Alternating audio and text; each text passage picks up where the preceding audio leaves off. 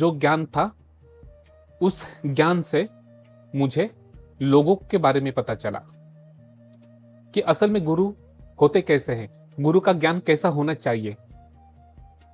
तब मेरे पास कोई रास्ता नहीं था, ना कोई अच्छा विधान था, ना मुझे कोई ये बता सके कि बेटा ये पूजा इस तरीके से होती है और इसे आपको इस तरीके से ही साधना करनी चाहिए और इसी तरीके से ही आपको ये पूजना चाहिए और इसी तरीके से ही आपको इस जगह और यहां पर आपको बैठकर तप करना है या जप करना है या साधना करना है।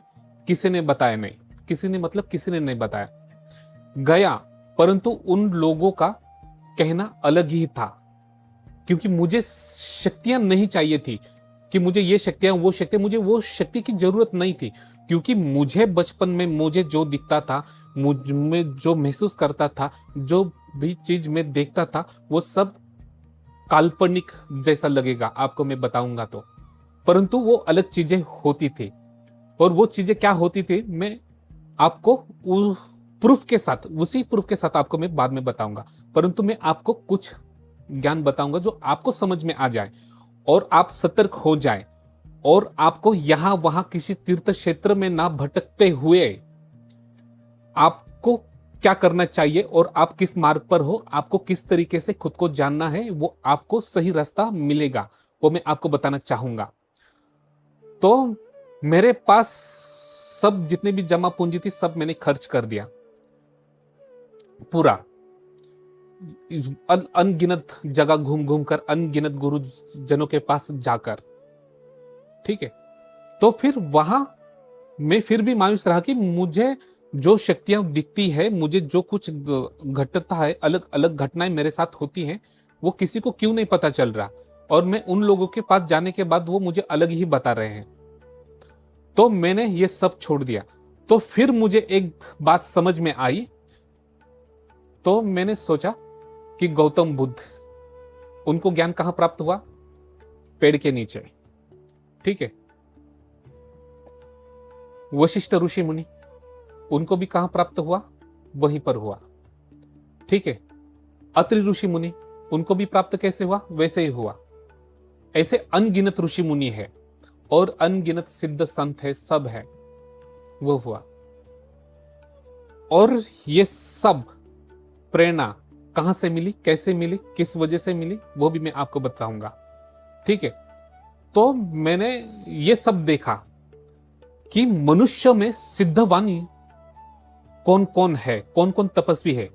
तो मैंने समझा कि शिरडी के साईं बाबा वो भी तो इंसान थे, उन्हें अलौकिक शक्तियां कैसे पाई, उन्होंने खुद को कैसे जाना, और किस लिए वो कहते हैं कि सबका मालिक एक है, मुझे यह भी भेद जानना था। तो फिर उसके बाद हमारे शेगांव में गजानन महाराज जी हैं, महाराष्ट्र में, और ये सब मैं महाराष्ट्र की बात बता रहा हूं आपको, और मैं मूल निवासी महाराष्ट्र का ही हूं, ठीक है। तो ये सब पता चला कि हमारे यहां स्वामी समर्थ, अक्कलकोट के श्री स्वामी समर्थ, वो भी कौन है? इंसान थे, उन्हें भी आत्मसात हुआ, वो ब्रह्मलीन हो गए और उन्हें सब दत्त गुरु ही समझते हैं, ठीक है। और इंसानों में जिन्होंने अलौकिक अवतार भी ले लिए, अलौकिक प्राप्ति भी हुई, उनके बारे में बताऊंगा। इंसानी रूप में जन्म लिए हमारे महाराष्ट्र में, उनका नाम है संत ज्ञानेश्वर महाराज, वो नारायण के ही स्वरूप है, संत ज्ञानेश्वर महाराज जी।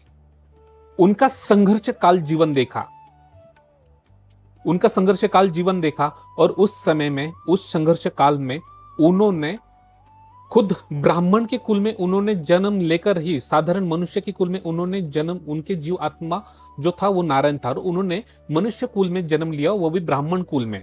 परंतु उन्हें ब्राह्मण कुल में ब्राह्मण है वो जानने के लिए भी वहां के जो भी पीठाधीश थे, जो भी बड़े बड़े पंथ लोग थे, जो भी वेद शास्त्री जी कहिए उसे, जो भी कहना चाहोगे आप, जो भी थे, तो उन्हें उनसे प्रमाण पत्र यह चाहिए था कि हम ब्राह्मण ही हैं और हमें ब्राह्मण का जितने भी वेद सारे उच्चार करने का अधिकार, या सभी ब्राह्मण जो क्रिया कार्य करते हैं वो कार्य करने का अधिकार हमें प्राप्त हो, इसीलिए वो वहां चले गए थे।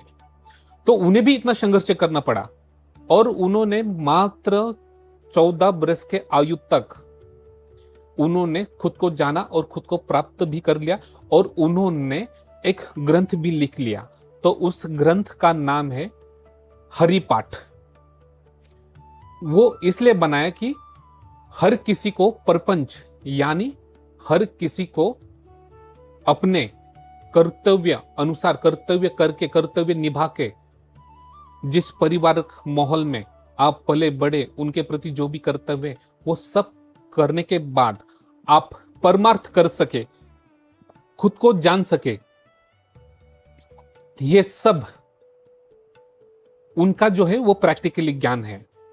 और हमारे महाराष्ट्र में एक नामदेव महाराज कहकर है, वो विठल यानी नारायण के ही अवतार है। पांडुरंग कहते हैं हमारे यहां, विठल भी कहते हैं, पांडुरंग भी कहते हैं, ठीक है, विठू मावली भी कहते हैं, और कृष्ण भी कहते हैं। वही जो है कि उन्होंने, वो भी तो इंसान थे। मैंने भी ये सोचा कि वो भी तो इंसान थे, कि वो श्री कृष्ण भगवान जी को भोजन खिला सकते तो उनकी भक्ति कैसी होगी, भगवान उनको दिखते थे तो उनको क्या ज्ञान होगा, वो भी तो इंसान थे।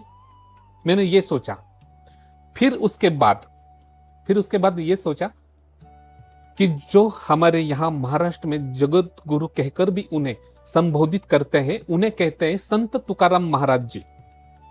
वो एक में वो हमारे महाराष्ट्र के संत है, जो अपने शरीर के साथ सीधा नारायण के धाम में, यानी वैकुंठ धाम में वो ये देह लेकर चले गए। ये सब चीजें आपको क्यों बता रहा हूं मैं, आप सुनिए, समझे, इसलिए बता रहा हूं कि वो भी तो मनुष्य थे, और आप भी मनुष्य है, और हम भी मनुष्य है, सब ही। जब वो सब खुद को जान सकते, खुद की आत्मशक्ति को पहचान सकते हैं, तो आप लोग क्यों नहीं कर सकते और हम क्यों नहीं कर सकते? इसी विषय में आपको यह ज्ञान दे रहा हूं, ठीक है।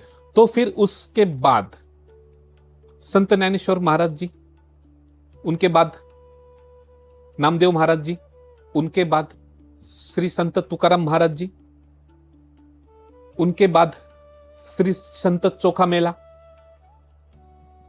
उनके बाद जितने भी अनगिनत, उनमें और एक बात मैं कहूंगा, उनमें माताएं गण भी थी।